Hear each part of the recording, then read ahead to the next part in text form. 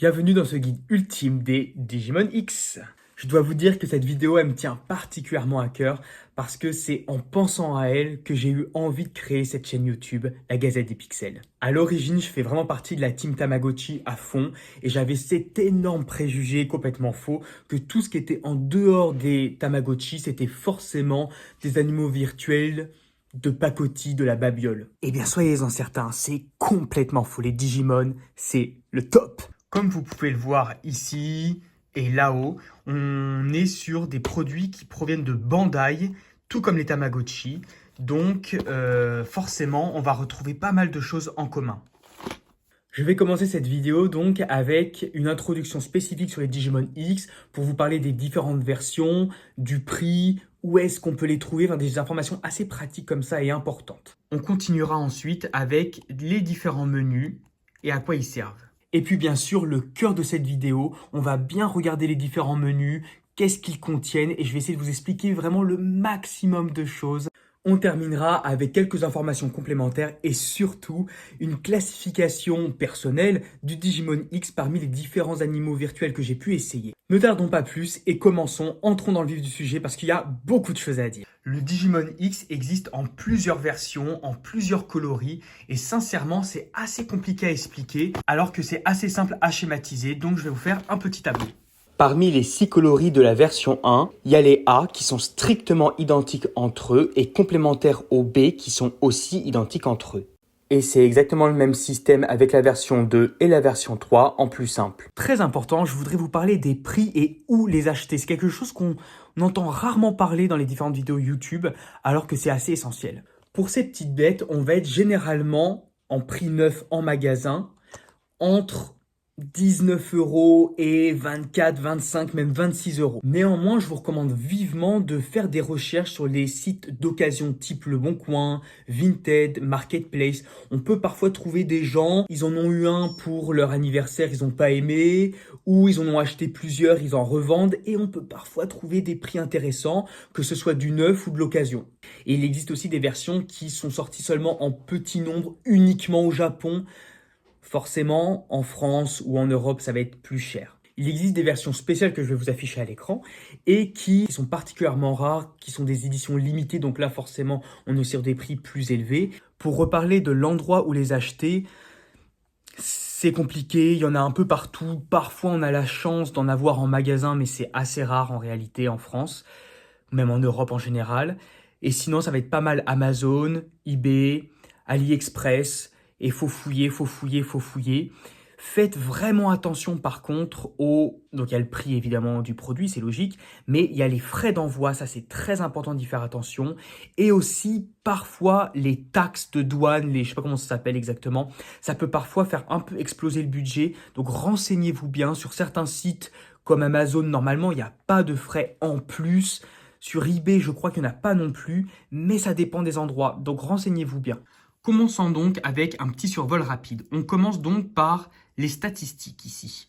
On va avoir un certain nombre d'informations, des choses assez classiques, le nom, l'âge, le poids, à quel point il a faim, sa force, son effort, le type de Digimon qu'on a, est-ce que c'est un virus, est-ce que c'est un data, son numéro d'évolution, son grade d'évolution, son niveau, l'expérience qu'il a, le nombre de batailles qu'il a gagné.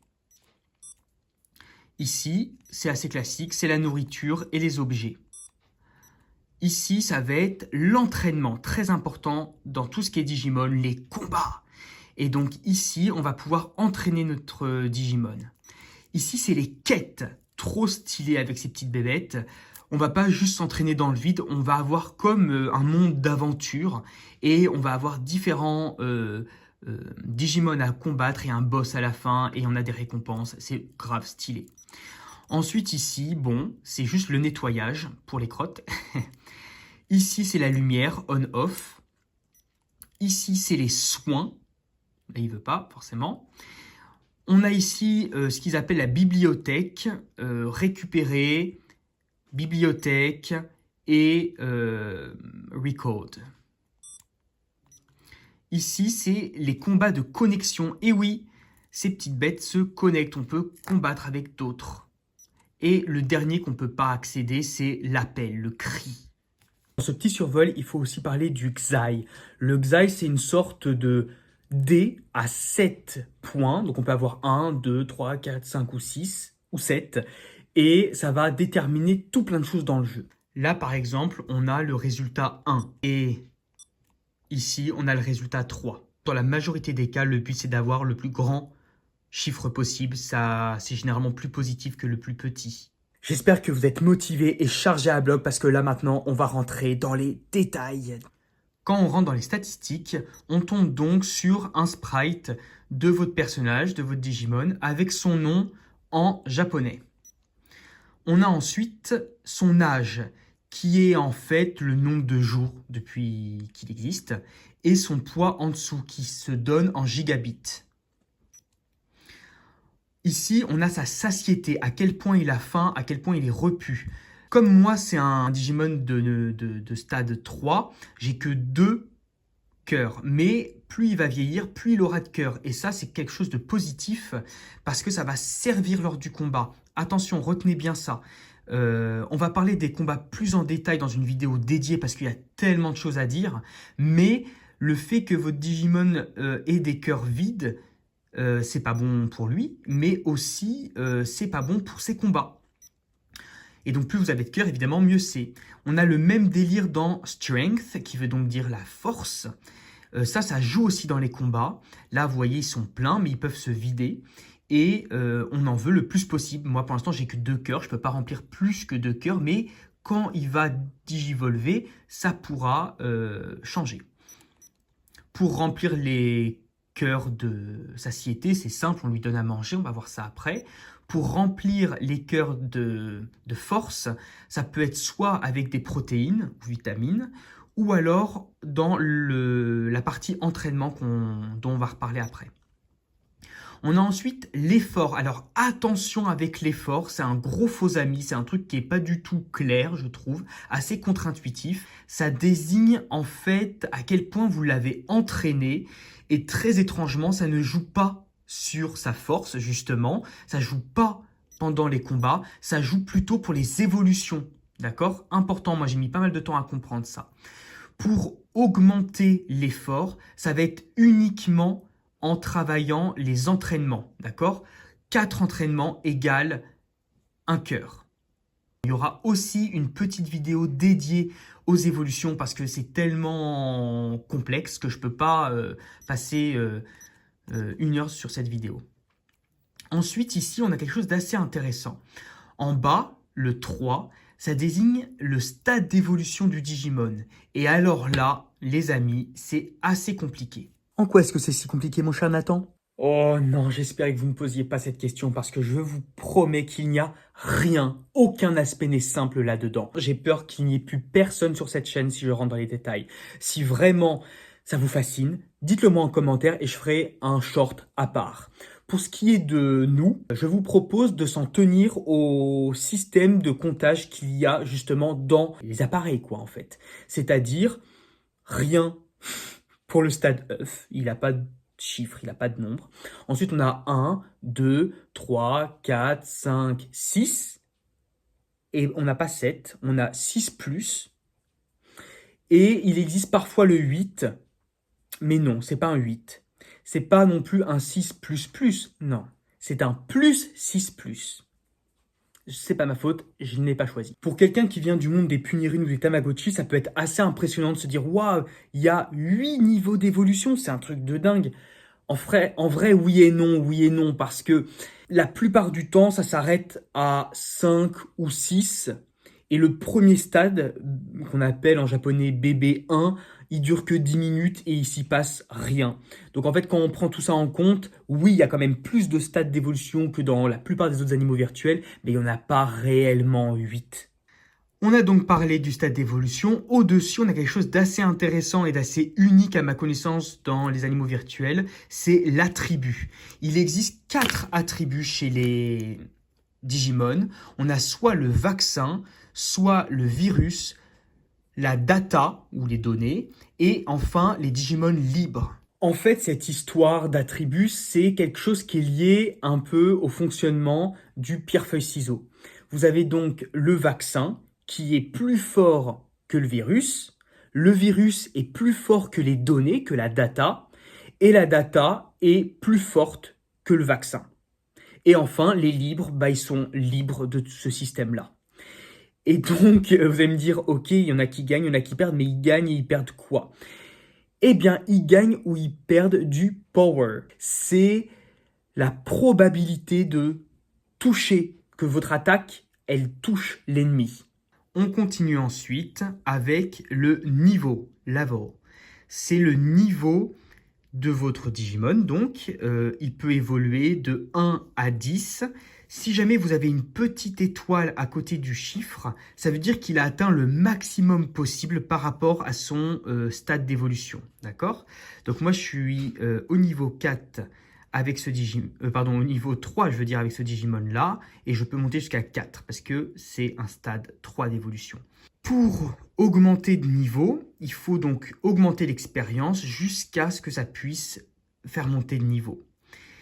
À quoi ça vous sert? Là, c'est vraiment encore une fois lié au combat, ça vous sert à gagner en force, vraiment en attaque, en point d'attaque, en point de blessure sur l'ennemi. Mais comment est-ce qu'on fait pour gagner de l'expérience, vous me direz peut-être? Un petit peu de patience, s'il vous plaît, parce que ça va être lié aux quêtes. Et on n'y est pas encore. Après ça, vous avez cette partie-là. En fait, sur votre droite, ici, le petit 0, c'est le nombre de combats total que vous avez fait. Là, c'est le nombre de victoires par rapport au nombre de combats total. Et enfin, le pourcentage qu'on voit là, c'est tout simplement, ça représente combien de pourcents de victoire. C'est tout. Ici, vous avez la nourriture. On a soit de la viande qui va augmenter les cœurs de satiété pour pas que votre Digimon ait faim. Ça, c'est des vitamines ou protéines qui vont servir à lui faire gagner de la strength, c'est-à-dire de la force. À chaque fois que vous allez lui donner quelque chose à manger, vous allez gagner donc un demi-cœur de satiété ou de force. Attention, vous lui faites aussi gagner du poids. Trop de poids, ça peut être mauvais pour votre Digimon. On a ensuite des objets spécifiques, il y en a un certain nombre et on va les passer en revue maintenant. On commence donc avec la grosse viande, c'est assez évident, ça vous remplit tous vos cœurs et vos demi-cœurs liés à la satiété. Dans le même esprit, la grosse protéine, elle va d'un seul coup, paf, augmenter tous vos cœurs de force d'un coup. Mais elle vous fait aussi gagner pas mal de poids. Vous remarquerez que mon Digimon a digivolvé. Après ça, on a donc le PW. Le P, c'est pour Power. Mais ça n'a rien à voir avec la force, la puissance, comme on pourrait l'imaginer. C'est un gros faux ami. On a ensuite HP. H, c'est pour Health, c'est-à-dire la santé. Le fait de prendre ça, ça va augmenter votre santé totale. Ce qui est donc vos PV, si vous voulez, vos points de vie. Ici, AP, c'est donc l'attaque. Et là, ça va vraiment augmenter votre attaque, vos points de blessure que vous allez infliger à l'adversaire. Et enfin, ça désigne un dé à 7 points. Et donc, vous êtes sûr de toujours faire 7 quand vous allez faire tourner le dice, ce qui est généralement positif, quoi, bien sûr. Et enfin, il reste ce drôle de symbole. Je dois avouer que même moi, je ne comprends pas exactement ce qu'il désigne. C'est une sorte de raccourci. Quand vous allez le prendre, au moment de choisir votre quête, vous allez aller, paf, direct au boss. Comme je vous l'ai déjà dit tout à l'heure, attention avec tous ces objets spéciaux parce qu'ils vont augmenter votre poids. Donc, il faut faire attention. Un Digimon qui atteint un trop gros poids, notamment le maximum qui est de 99 gigabits, il peut avoir des problèmes de maladie ensuite. Une autre chose encore à savoir à propos de ces objets spéciaux, c'est que vous ne pouvez pas les cumuler. Enfin, pour ce qui est de la viande et de la protéine, ça c'est à part, mais tous les autres, tout ce qui est lié au combat, vous ne pouvez pas les cumuler. Vous ne pouvez pas prendre et augmenter l'attaque et augmenter la vie, vous ne pouvez pas faire ça. C'est l'un ou l'autre. D'ailleurs, votre Digimon va refuser d'en manger plusieurs. Et leur effet s'arrête à partir du moment où vous l'avez utilisé lors d'un combat. C'est logique, c'est-à-dire que vous faites manger à votre Digimon une augmentation d'attaque, vous faites un combat dans les quêtes, que vous gagnez ou que vous gagnez pas, une fois que vous en êtes sorti, c'est fini. Il est plus valide. Il faut en reprendre un autre. Ensuite, on a l'entraînement. Attention, l'entraînement, c'est un peu un faux ami. On pourrait imaginer que ça sert à augmenter la force. Oui et non. Alors, en partie, oui, parce qu'effectivement, ça va augmenter ce qu'on voit ici, strength. Et comme je vous l'ai dit, strength, ça joue sur les combats. Donc oui, c'est pas faux. Mais ça sert aussi à augmenter l'effort. Vous vous rappelez, l'effort, c'était ici. Chaque entraînement, qu'il soit bon, mauvais, peu importe le résultat, il vous rapporte un quart de cœur. Et au bout de 4 quarts de cœur, ça vous fait donc un cœur entier, d'accord? Et l'effort, comme je vous ai dit, c'est lié aux évolutions. Le fait d'entraîner votre Digimon, ça va aussi lui permettre de perdre du poids. Vous avez deux sortes d'entraînement, le normal et le excite. En fait, c'est assez similaire. La différence, c'est que le normal, le curseur va bouger toujours, tout le temps à la même vitesse, peu importe votre Digimon, tout le temps pareil. Alors que excite, ça va dépendre du résultat du dé que vous avez eu le matin. Je n'ai pas parlé encore jusqu'à maintenant, mais tous les matins, vous allez devoir jeter le dé et avoir un résultat. Et ce résultat, il va déterminer un certain nombre de choses dans la journée. Vous voyez, moi j'ai eu 6 aujourd'hui. On peut le voir en appuyant sur C. Les boutons, hein, c'est A, B et C, comme pour les Tamagotchi. Donc, normal. Toujours à cette vitesse-là. Et le but, tac, c'est que le curseur soit sur le plus élevé possible. Donc là, je ne suis pas tout à fait au maximum. Chaque Digimon est capable de lancer 5 types d'attaques. D'accord? Là, vous voyez deux sortes. Là, il y a 2 griffes. Là, il y a une seule griffe. C'est 2 sortes d'attaques différentes. Ouais, c'est la même chose. Bon, en tout cas, il y en a 5 en tout. Plus vous arrivez à poser votre curseur sur quelque chose d'élevé, plus vous allez avoir des attaques puissantes. Donc, c'est assez intéressant. Excite, c'est vraiment très similaire. La différence, c'est que vous voyez, là, il est plus lent parce que j'ai eu un 6. Et 6, c'est un super résultat. Du coup, c'est plus lent et c'est plus facile d'obtenir le meilleur résultat. Tac, vous voyez ça? C'est de l'attaque maximale, ça. Donc, comme je vous l'ai dit, ça fait perdre du poids, ça fait gagner des cœurs de strength, des cœurs d'effort. Et voilà, c'est ça l'essentiel. Je crois que tu réclames de l'attention. Comprends bien que je suis occupé. Hein? Même si tu es trop mignon, on n'est pas là pour parler de toi. T'es pas un Digimon? Si, t'es un Digimon, toi?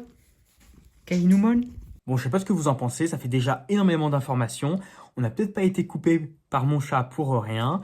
Je vous propose de faire une pause. Je vais faire une deuxième vidéo et on va continuer à ce moment-là. J'espère que cette première partie de vidéo vous a plu et voir que les gens s'intéressent, qui réagissent, qui sont actifs, ça nous motive grave, quoi. Donc, je vous invite vraiment à liker, à écrire des commentaires, que ce soit pour ce que vous voulez.